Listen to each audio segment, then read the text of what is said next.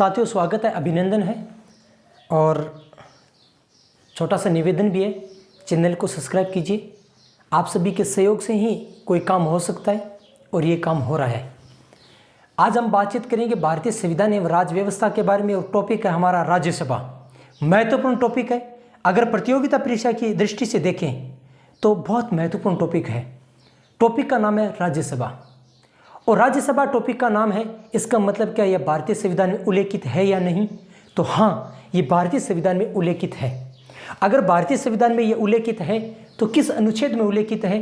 तो उस अनुच्छेद का नाम है 80। भारतीय संविधान के 80 में, भारतीय संविधान के अनुच्छेद 80 में राज्यसभा की संरचना के बारे में विस्तार से विवरण दिया गया है। साथियों, राज्यसभा के बारे में बातचीत करें कि राज्यसभा का गठन कब हुआ था, और इस प्रश्न का जो उत्तर है वो यह है कि राज्यसभा का गठन 3 अप्रैल 1952 को हुआ था। 3 अप्रैल 1952 को राज्यसभा का गठन हुआ था। उस समय क्या राज्यसभा का नाम राज्यसभा ही था या इसका नाम कुछ अलग था? तो इसका नाम था council of state. Council of state इसका नाम था और इसका नामकरण 23 अगस्त 1954 को काउंसिल ऑफ स्टेट का नाम राज्यसभा किया गया था। काउंसिल ऑफ स्टेट का नाम 23 अगस्त 1954 को राज्यसभा किया गया और इसकी जो प्रथम बैठक है वो 13 मई 1952 को आयोजित की गई थी। अब हम बातचीत करेंगे इसकी संख्या के बारे में कि राज्यसभा के अधिकतम संख्या कितने हो सकते हैं, राज्यसभा में वर्तमान में कितने सदस्य हैं, और पूरी की पूरी जानकारी हम पढ़ेंगे। सबसे पहले हम बातचीत करते हैं राज्यसभा के बारे में। राज्यसभा के बारे में बातचीत करते हैं। क्या इसका उल्लेख भारतीय संविधान में है? तो हाँ, इसका उल्लेख भारतीय संविधान के अनुच्छेद 80 में है। 80 में अगर उल्लेखित है तो हम पढ़ेंगे इसका गठन कब हुआ था। गठन हुआ था इसका, अगर हम बातचीत करें गठन के बारे में तो गठन हुआ था 3 अप्रैल 1952 को। 3 अप्रैल 1952 को गठन हुआ था।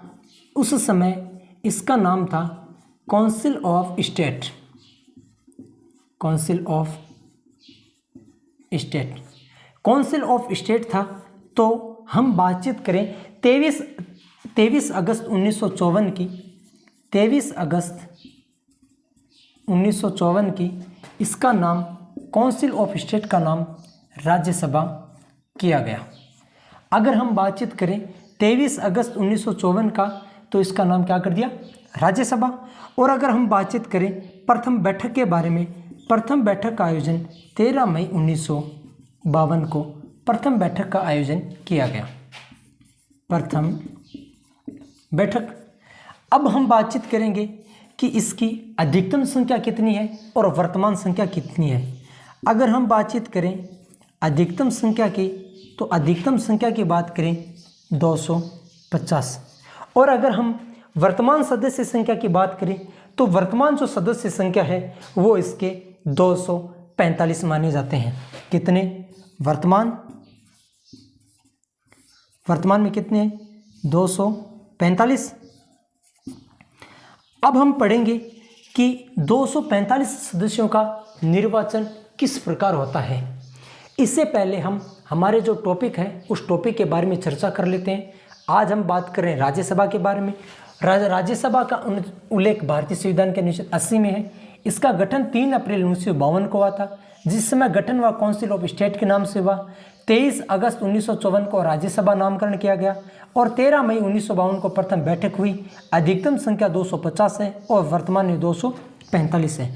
वर्तमान में जो 245 है इसके बारे में हम चर्चा करेंगे कि 225 सदस्य विभिन्न राज्यों से चुनकर आते हैं। 225 सदस्य विभिन्न राज्यों से चुनकर आते हैं। 8 सदस्य केंद्र शासित प्रदेश से चुनकर आते हैं और 12 सदस्यों का राष्ट्रपति मनोनयन करता है। अगर हम बातचीत करें 245 के बारे में तो मैंने आपको कहा 225 सदस्य राज्यों से चुनकर आते हैं। अगर 8 सदस्य बारे में बात करें तो केंद्र शासित प्रदेशों से आते हैं और 12 सदस्य राष्ट्रपति साहब द्वारा, इनका क्या होता है, राष्ट्रपति द्वारा मनोनयन मनोनयन। ये राज्यसभा के बारे में सामान्य जानकारी है। अगर परीक्षा की दृष्टि से देखें तो महत्वपूर्ण है। अधिकतम संख्या 250 है, वर्तमान में 245 है। 245 की बात करें तो 225 सदस्य राज्यों से आते हैं, 8 सदस्य केंद्र शासित प्रदेशों से आते हैं, 12 सदस्यों को राष्ट्रपति मनोनयन करता है। ये जो 12 सदस्यों का जहाँ राष्ट्रपति मनोनयन करते हैं, इनका जो विभाग है ये गृह विभाग के अधीन आता है। कौन से? गृह विभाग के। अगर गृह विभाग के अधीन आते हैं तो गृह मंत्री का नाम, और आपको पता ही है गृह मंत्री का क्या नाम है। अब हम बातचीत करेंगे, अमित शाह है। अगर हम बातचीत करें अब इनके बारे में कि इनका जो सीटें है, तो सीटों का निर्धारण किस प्रकार होता है, इनका निर्वाचन किस प्रकार होता है, राज्यसभा सदस्य बनने की क्या योग्यता होती है, पूरी की पूरी हम जानकारी करेंगे। अगर हम बातचीत करें 200 ये जो सदस्य हैं जो राज्य से चुनकर आते हैं, अगर हम बातचीत करें कि भारतीय संविधान की जो अनुसूची 4 है, अनुसूची 4 में सीटों का आवंटन किया गया है। कौन सी? महत्वपूर्ण बात है ये। अनुसूची 4 में राज्यसभा की सीटों के बारे में आवंटन किया गया है। अगर पूछ ले राज्यसभा की सीटों का आवंटन भारतीय संविधान के किस अनुसूची में है, और उस अनुसूची का नाम है अनुसूची 4। अगर हम बातचीत करें कि ये जो चुन के आते हैं 225 सदस्य राज्य से, इनका निर्वाचन कैसे होता है, तो इनका निर्वाचन अप्रत्यक्ष रूप से होता है। अगर इनका निर्वाचन अप्रत्यक्ष रूप से होता है तो निर्वाचनकर्ता कौन है, तो राज्य की विधानसभा इनका निर्वाचन करती है। राज्य की विधानसभा निर्वाचन करती है। क्या ये बात लिखी गई है? हाँ, ये जो पूरी की पूरी जो प्रक्रिया है वो संसद तय करती है। अगर हम बात करते हैं कि राज्यों की विधानसभा के द्वारा ही चुनकर आते हैं, तो क्या केंद्र शासित प्रदेशों के से जो 8 सदस्य आते हैं वो कैसे आते हैं? वो भी वहाँ की विधानसभाओं के द्वारा चुनकर आते हैं। क्या ये किसने निर्धारण किया है? तो ये संसद ने निर्धारण किया है कि राज्यों से चुनकर आने वाले सदस्यों का निर्वाचन राज्य विधानसभा करेगी, और केंद्र शासित प्रदेशों से चुनकर आते हैं इनका निर्धारण भी वहाँ की विधानसभा करेगी, वहाँ की विधानसभा चुनकर भेजेगी। अब हम बातचीत करते हैं कि सीटों का आवंटन है वो अनुसूची 4 में किया गया है। अब हम बातचीत करेंगे आगे राज्यसभा का क्या कार्यकाल है और क्या योग्यता है।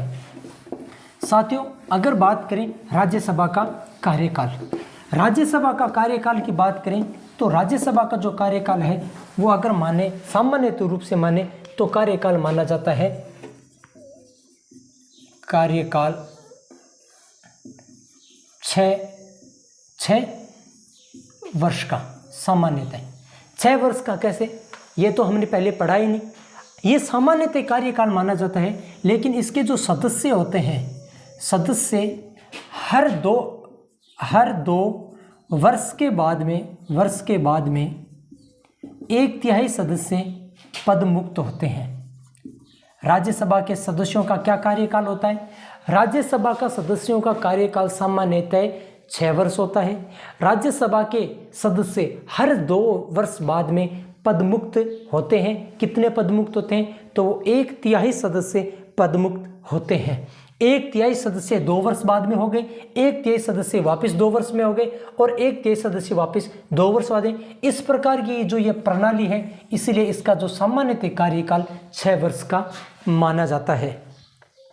अब हम पढ़ेंगे कि क्या राज्यसभा सदस्य बनने की कोई योग्यता होती है, या राज्यसभा का सदस्य किस प्रकार बना जाता है। क्या मैं राज्यसभा का सदस्य बन सकता हूं? क्या आप राज्यसभा के सदस्य बन सकते हैं? इसके बारे में पूरी की पूरी जानकारी योग्यता में दी गई है।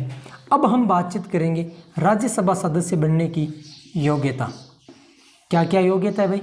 अगर हम योग्यता की बात करें तो योग्यता में नंबर 1 पे आएगा भारत का नागरिक होना चाहिए। ये तो सबसे पहले योग्यता है आवश्यक। भारत का नागरिक होना आवश्यक है। अगर भारत का नागरिक होना आवश्यक है, क्या भारत का नागरिक ही राज्यसभा का सदस्य बन सकता है? कोई आयु का निर्धारण भी किया गया है? तो हाँ साथियों, उसकी आयु 30 वर्ष या उससे अधिक होनी आवश्यक है। अब हम बात करें आयु की, तो उम्मीदवार की जो आयु है उसकी आयु 30 वर्ष या अधिक होनी चाहिए। अगर अपन राज्यसभा के सदस्य बनने की योग्यता रखते हैं या नहीं रखते हैं, इनके बारे में जानकारी करनी चाहिए। तो इसलिए हमें पहला भारत का नागरिक होना चाहिए, 2 नंबर उसकी आयु 30 वर्ष या 30 वर्ष से अधिक होना चाहिए। 3 नंबर पर बात करें कि वह अनुसूची 3 के अंतर्गत अभ्यर्थी के रूप में शपथ ली हो। अभ्यर्थी के रूप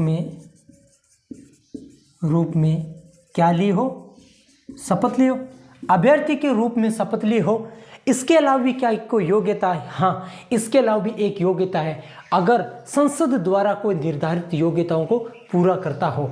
अगर कोई संसद इस 3 के अलावा और भी कोई योग्यता का निर्धारण करे तो वो भी योग्यता आपके पास में होनी जरूरी है। तो वह अपन लिख देते हैं, नंबर 4 में लिख देते हैं, वह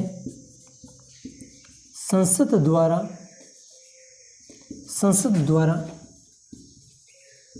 निर्धारित